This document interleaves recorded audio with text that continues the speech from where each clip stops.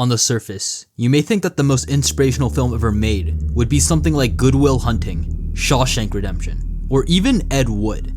However, all those, and whatever else you had in mind, are wrong, as there exists a low-budget film made by a widely renowned director that simultaneously serves as an inspirational story of perseverance surrounding his trials and errors along the way. That director being Sir Peter Robert Jackson, the man behind arguably the greatest film trilogy of all time. But everyone has a humble beginning, and for a young Peter Jackson, that was a little film called Bad Taste. Bad Taste is a 1987 sci-fi black comedy splatter horror film co-written, directed, and produced by Peter Jackson. It follows a group of special agents who must fend against a town taken over by human harvesting aliens who are able to take the form of their victims. What follows is a grotesquely energetic film with an absolutely insane ending considering the film's tight budget. But that raises the question, how is an unknown yet ambitious filmmaker able to create something on that scale while working with a non-existent budget and little to no industry connections?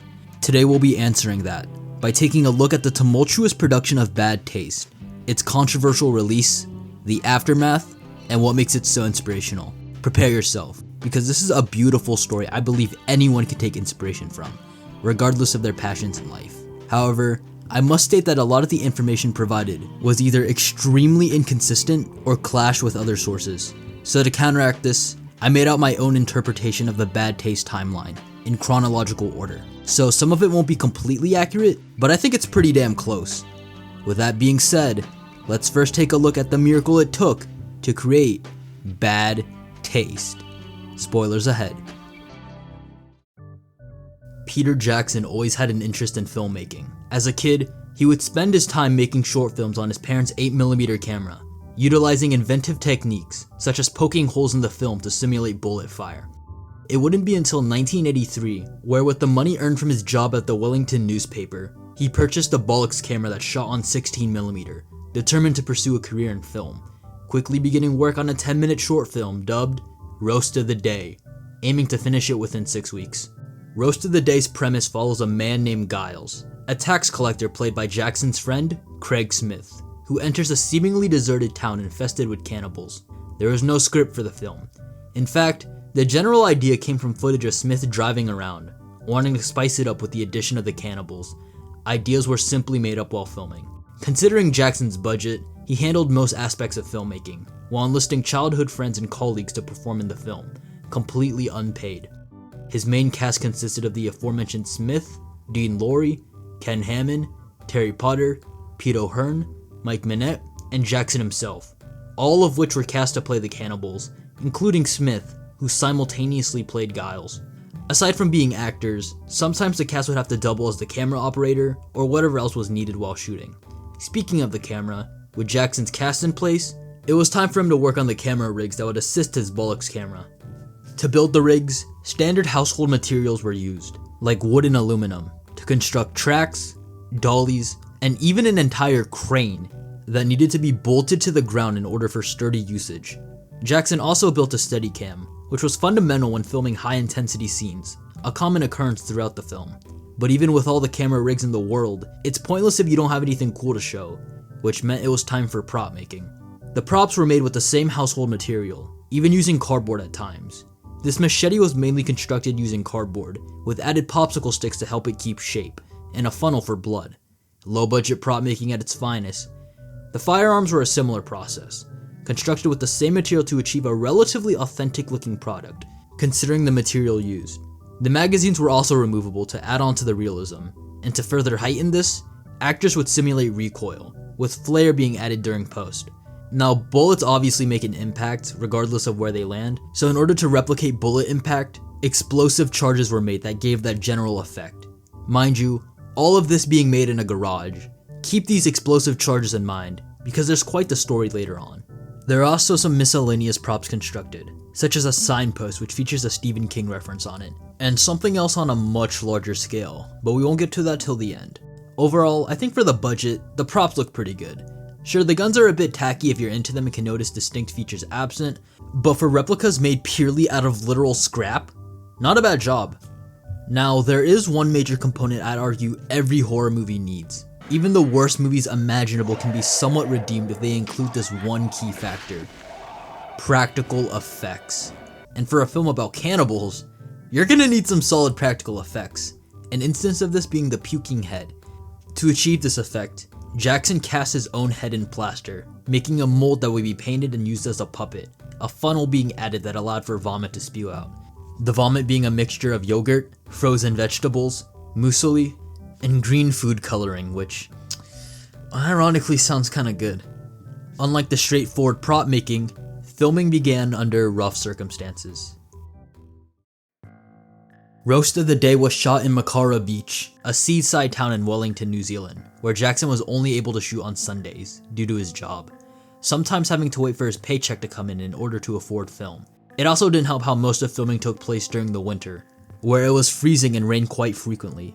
Rain doesn't show up on 16mm well, so sometimes they would actually film in the rain, but even then, due to the extreme weather, sometimes the cast and crew weren't able to make it on set, leaving Jackson alone and having to scrap that day of filming. There was one instance where he had to go to a beach and hire literal children to operate his crane for a scene. Not sure if that's legal, but anything for independent filmmaking. Despite the circumstances with the weather, the first few days of shooting were relatively mundane, except for the first of many incidents. While shooting a scene with the aforementioned signpost built specifically for the film, someone had watched them take it down afterwards, not knowing the full context. An hour later, the crew would be visited by the police under the idea that they had vandalized the sign. Fortunately, they were able to convince the officer that the sign had been made for a film, the situation quickly blowing over. Soon into filming would be the addition of the special agents. Jackson had an interest in the New Zealand Special Air Services, which he decided to implement into this non-existent script. The agents would appear near the end in a false attempt to rescue Giles, only for it to be revealed that they too were cannibals, adding a solid twist to the film. Speaking of the cannibals, Roast of the Day's plot revolves around the Gear Homestead, a historical landmark in New Zealand that would act as a hidden base for the cannibals. What seemed like a near impossible location to acquire was done through heavy convincing, as Jackson's father was able to get the current owner, whom he was friends with, to lend the house for filming, under the directive that they wouldn't damage the place. A little hard to do considering the splatter aspect of the film, but they were able to pull it off for the time being. Now, remember when I told you to keep those explosive devices in mind? Well, at one point, Smith got a little too close to one of these charges, which went off with a little too much force. In the end, he was alright, but he did suffer some damage to his slats. I'm telling you, this independent filmmaking shit gets serious. After around a year of filming, and amateur editing on the dinner table by Jackson, the footage was sent to the National Film Unit for professional editing. This is when this once planned 10-minute short film ended up becoming a staggering 50 minutes. Every time Jackson was able to afford a roll of film, he would use it all up, resulting in the increased runtime. Although this wasn't enough, as Jackson would soon face enlightenment.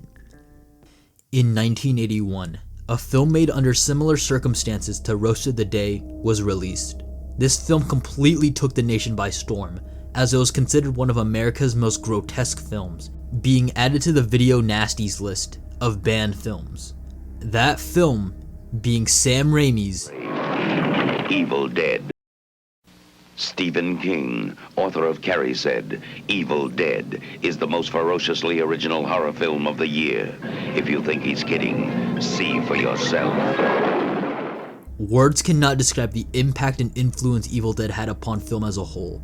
So many filmmakers list Raimi as an inspiration, whether that be due to his otherworldly camera work or his unhinged slapstick comedy, all of this being featured in one low-budget horror film. Jackson would eventually see Evil Dead a couple years later in July of 1984, where it had been screened at the Wellington Film Festival. To say Jackson was in complete awe would be an understatement. A low-budget horror film made by an unknown director like him had gone on to become a massive success. If Raimi could do it, why couldn't he?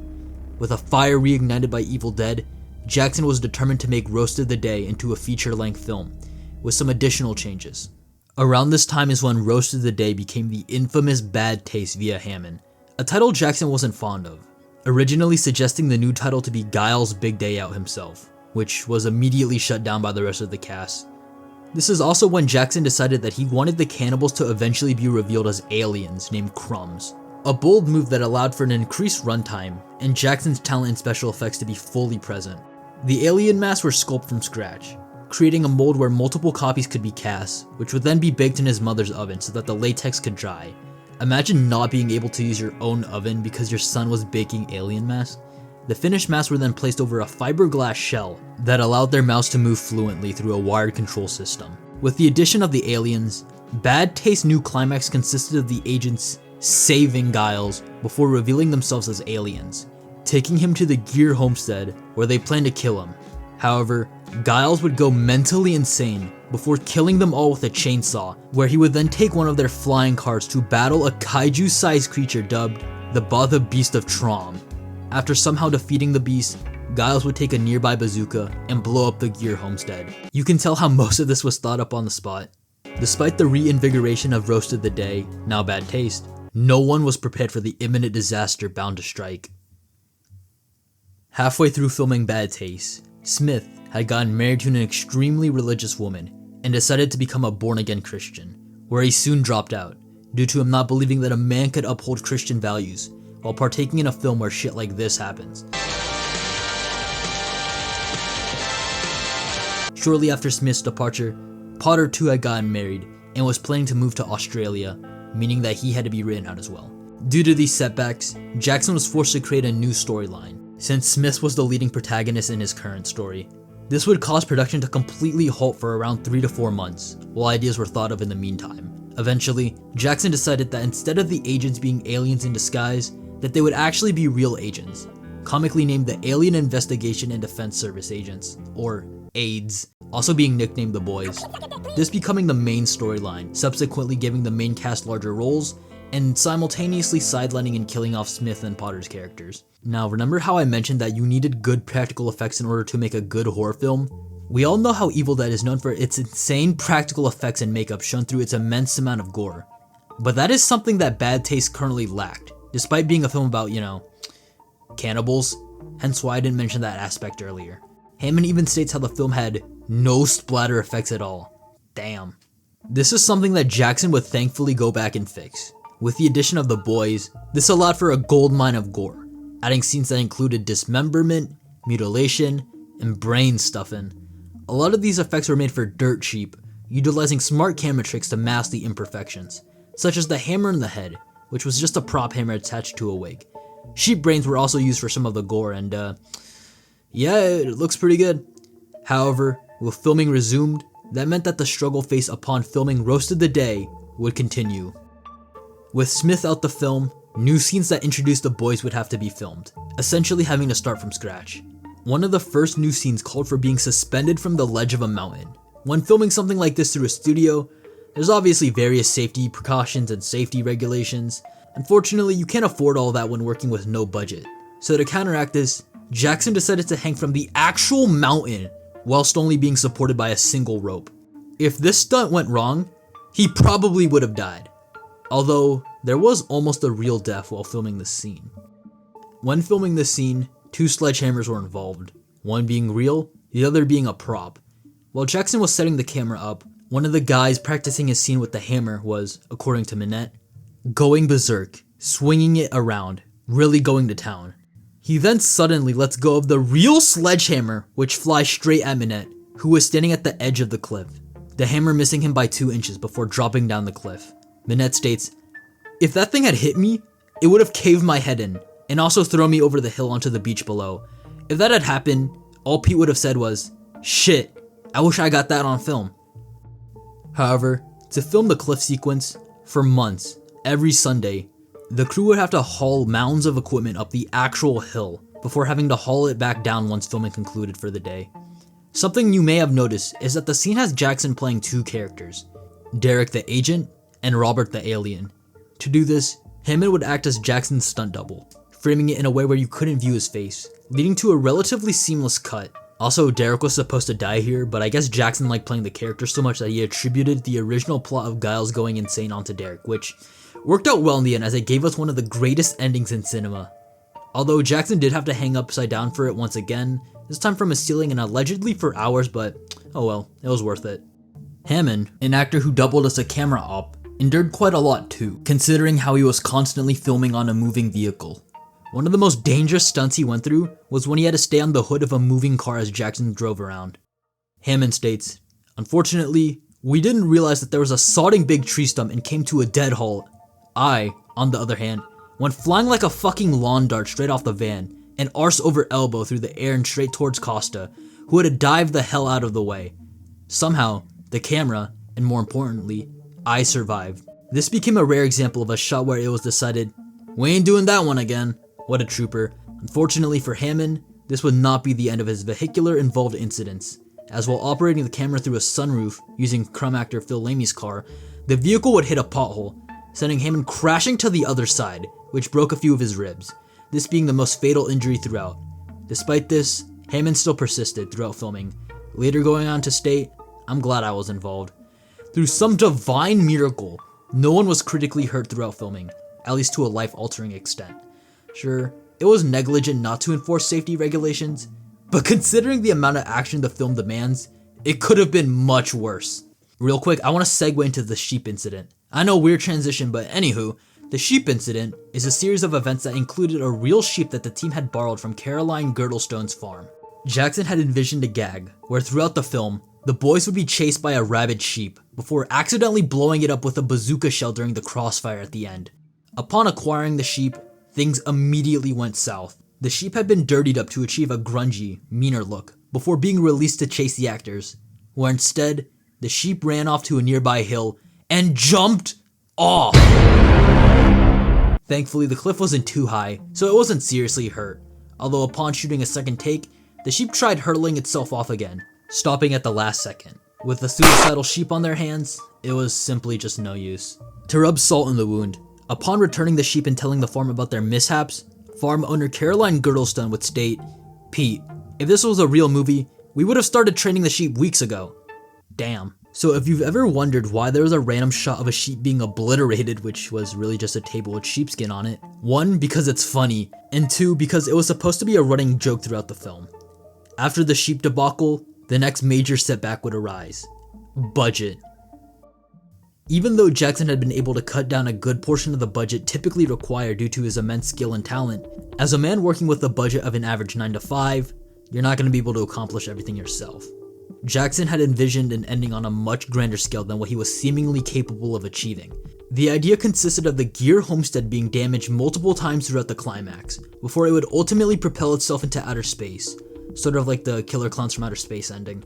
Now obviously, they couldn't blow up a historical landmark. That's like the New Zealand equivalent of actually allowing Roland Emmerich to nuke the White House for Independence Day. And without proper funding to build a replica, it seems the once ambitious filmmaker had to ultimately scrap his once plausible ending. Although, there was a last-ditch effort made. In 1985, Jackson would send a rough cut of Bad Taste to the New Zealand Film Commission for additional funding, where he was ultimately turned down. After all the blood, sweat, and tears poured into it, was it all for nothing? Would Bad Taste truly go down in history as lost potential from a visionary? Well, not quite.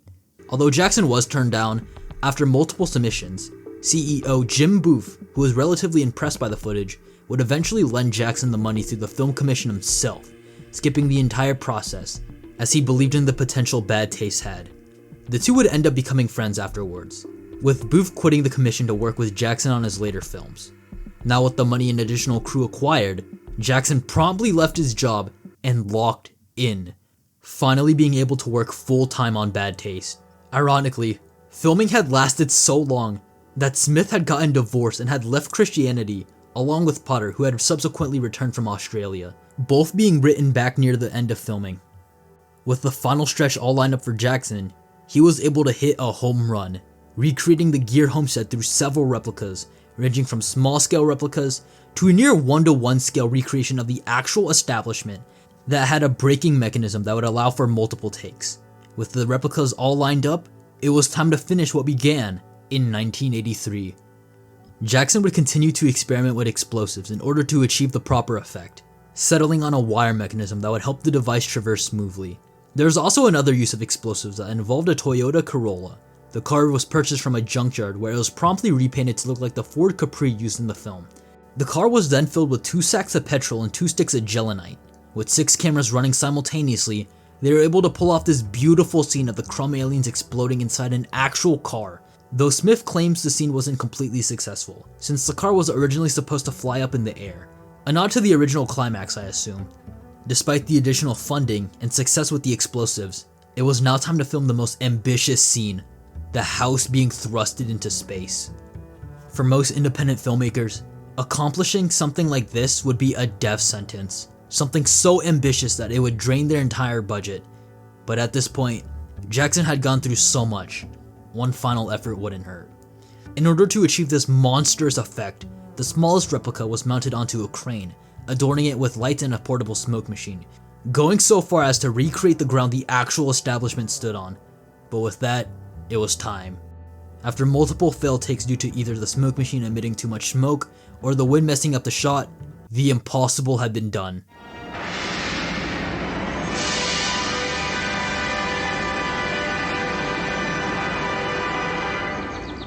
Alright, maybe it wasn't that hard. Additional shots of the house in space were done with an old turntable, allowing for that smooth rotation near the end of the film. But that was it. The filming of Bad Taste had finished. The nightmare had finally ended. But new difficulties were among the horizon. While editing the film, there was an issue faced. Bad Taste had been recorded on a Bolex camera, a camera that was incapable of capturing sound. Most of Bad Taste was purely silent. It wasn't until near the end of filming where Jackson was able to afford a camera that could actually capture sound through the funding received, and even then, he was so inexperienced with the professional camera that the audio recorded was barely usable. This is something that Jackson was fully aware of, yet still decided to go through with, and admittedly, it is something most big production films will have to endure and manually fix through means of Foley and additional sound design, but after all that intense work, having to redub 90% of your film while still working with a relatively small budget must have been quite exhausting. Thankfully, it wasn't too much of a hassle due to the assistance of Jamie Selkirk, Brent Berg, and Kit Rawlings, who helped redo sound, all of whom were brought on through the film commission. Though unfortunately, while redubbing the film, Lord Crumb actor Doug Wren would pass away, his lines having to be dubbed over by Peter Ver-Jones. Bad Taste's soundtrack consisted of composing from Michelle Scullion, who too joined production through the film commission, with some tracks being performed by the bands Madlight, who Potter was a part of, and The Remnants, who Minute was a part of, writing and playing guitar for the title track. Jackson originally wanted the soundtrack to consist of music by the Beatles, but obviously that wasn't going to happen. Although decades later, Jackson would direct some Beatles documentaries, which allowed him to use all the music he wanted. With the audio completely redone and its soundtrack complete, Bad Taste was finished. To put its entire production into perspective, it took Jackson less time to film, edit, and release all 3 Lord of the Rings films. Granted, he had a much higher budget and team, but that's still insane to think about. After the living hell Jackson and his crew endured, Bad Taste was ready to be released into the world, but that begs the question, was it worth it? After the tumultuous production of Bad Taste, you'd think that Peter Jackson and team would be able to catch a break, finally being able to release their 4-year passion project. Bad Taste had its first few screenings at the 1988 Cannes Film Festival, where it was able to quickly distribute itself to 10 countries within 6 days. It had even won the Prix d'Or at 1988's Paris Festival of Fantastic Films, an audience award for favorite film at the 1989 Fanta Festival for their international sci-fi and fantasy show. What could ever go wrong? Alright, before we get into that, let's talk about the general reception real quick. Bad Taste garnered decent ratings, being called an amazingly resourceful movie that moves at a hyperactive speed by Jason Buchanan via AllMovies, which is honestly the perfect description for it. Audiences loved it too, selling out houses at the Wellington Film Festival, where it was met with thunderous reaction, an event where cast and crew were in attendance, a truly bittersweet moment for everyone involved. Despite this, the film was a moderate success. It didn't perform well in theaters due to poor marketing, but it had made a profit, and it was good enough for critics and audiences to take note of Jackson as an upcoming filmmaker. But life isn't always peachy. It's time we talk about the censorship. Bad Taste was banned in the Australian state of Queensland through the Film Board of Review, 3 weeks into its theatrical run for being too graphic, despite the board having seen a censored cut of the film. Now in my personal opinion, the film isn't that explicit, even for late 80s standards. Sure, it's a little more extreme than the average slasher, but considering how they had watched a censored cut of the film, it couldn't have been that bad. I don't know, maybe I'm just desensitized to low budget gore. The New Zealand Film Commission wasn't too fond of this decision, as they had funded the film and had already approved of its contents. This whole ordeal caused the entire Queensland Film Board of Review to completely disband as a group due to the act being seen as unprofessional, never to reform again. Imagine your first feature-length film indirectly causing the downfall of an entire film board. I'd wear that as a badge of honor, and they did just that. Banned in Queensland, being slapped on the film's physical releases as a final victory move. I'd also like to mention how when distributing the film onto VHS, the tapes came with an additional finger that was poorly cropped and slapped on, showing a peace sign instead of the crude finger. Graphic design is my passion ass cover. There's also a lenticular DVD that would shift between the two alternative covers. It's a great way to make use of both covers, and it is something that would be done to some of Jackson's later releases. And of course, Bad Taste in 3D. What a spectacle. Despite having a clear victory in the end, the ban did ultimately hurt Bad Taste's box office reception, some countries having to wait years for a theatrical release. For your first feature-length film to go through all of that must have been quite exhausting, especially right after its lengthy production. But Jackson was able to pull through and decided to make his next film, Meet the Feebles, just as vulgar as Bad Taste. Meet the Feebles also includes one of the Crumb aliens, played by Jackson, which is pretty cool. Definitely should have had one appear in Lord of the Rings. I don't think Tolkien would mind. After the controversial release of Bad Taste, it was evident that it had most definitely paid off. In 2008, Empire would place Bad Taste in its 500 greatest movies list, where it would land in the 416th spot, placing it over films such as Scream, Rebel Without a Cause, Halloween, Akira, Full Metal Jacket, Akira, Good Will Hunting, V for Vendetta, and funnily enough, Peter Jackson's King Kong remake. Now, I'm not saying Bad Taste is on par with those films, but I don't remember them having a sheep being obliterated with an RPG missile, so take that as you will. There was also supposed to be a 4K restoration of Bad Taste done from the original print, but that was announced back in 2018, and it's currently 2026 with no sign of it, so Jackson, where's it at? But with his clear knack for filmmaking and the skills obtained while working on Bad Taste, Jackson continued to work in film, soon writing multiple scripts after the release of Bad Taste, one of which being an unreleased Nightmare on Elm Street film, and a little zombie flick that would go on to become Brain Dead, a true all-timer in zombie movies. Jackson's big breakthrough would come in the 90s, where he would direct plenty of notable films, eventually earning him the rights to a little novel called The Lord of the Rings, and I think we all know the rest of the story. Sir Peter Robert Jackson would go on to be known as one of the greatest filmmakers of all time, just from the Lord of the Rings trilogy alone, winning plenty of awards and currently having a net worth of $1.7 billion. Oh my god. All of this stemming from a little film released in 1987 called Bad Taste. I think it's also important to credit Jackson's cast and crew that stuck with him throughout the journey.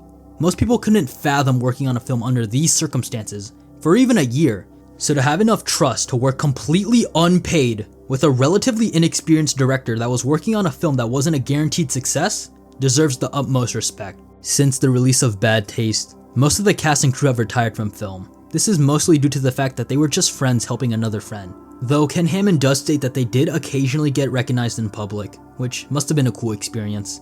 Since then, Phil Lamy, Clive Haywood, Jim Booth, Pete O'Hearn, and Peter Ver Jones would pass away in the following years. They and Doug Wren will forever be immortalized in one of the greatest acts of human resilience ever. Rest in peace. But now, it's time we finally answer the question. On the surface, Bad Taste may look like an overtly edgy low-budget film of its time, and had it been directed by anyone else, it probably would have been forgotten. Which is probably somewhat true, but that's the beauty of it. Bad Taste is a film that anyone with enough passion could create. Now, I'm not saying that to discredit Peter Jackson, but when you really look at it, Jackson was just like any ordinary person at the time. He worked a standard 9 to 5, which limited his filming, and due to that 9 to 5, he had an extremely low budget and zero industry connections to assist him. All he had was an immense love for film, just like you or I. Watching his skills as a filmmaker progress throughout the 4-year production is something you can visibly notice while watching Bad Taste, and knowing he'd go on to cement himself as an award-winning director with skills stemming from a little passion project made as a labor of love with his friends is extremely inspirational and is something we can all relate to. Hell, I still make trashy movies with my friends from time to time. If there's anything to take away from this, if you have a dream, regardless of whether it's related to film or not, go ahead and pursue it. You may not gain the desired respect or attention from it at first, hell, you may even fail miserably, but sometime in the future, you'll realize how important it was in your growth. All you need to do is simply start. And that'll conclude our look into bad taste. Like stated at the beginning, I try to compile all the information into a chronological timeline, but that was nearly impossible given how vague some of it was. Of course, all sources used will be linked in the description, but if you haven't seen Bad Taste already, please do, especially if you're an aspiring filmmaker. It is a must-watch in my opinion. There's just so much you can take away from it, and for that reason, it is unironically one of my favorite films ever made. So much so that I have this beautiful shirt of its poster that I shamelessly wear in public. If you too enjoy Bad Taste, I highly recommend checking out Cannibal, the musical, which was made under similar circumstances by a guy named Trey Parker? I highly doubt his career went anywhere, but I'd love to do a video on it eventually. With that being said, thank you for watching this video. I truly hope you got some inspiration or insight out of this. Now with that all being said, go out there and create something today. Bad Taste was made with great enthusiasm, but very little money. The world holds its breath for Peter Jackson's second feature and first fully professional film.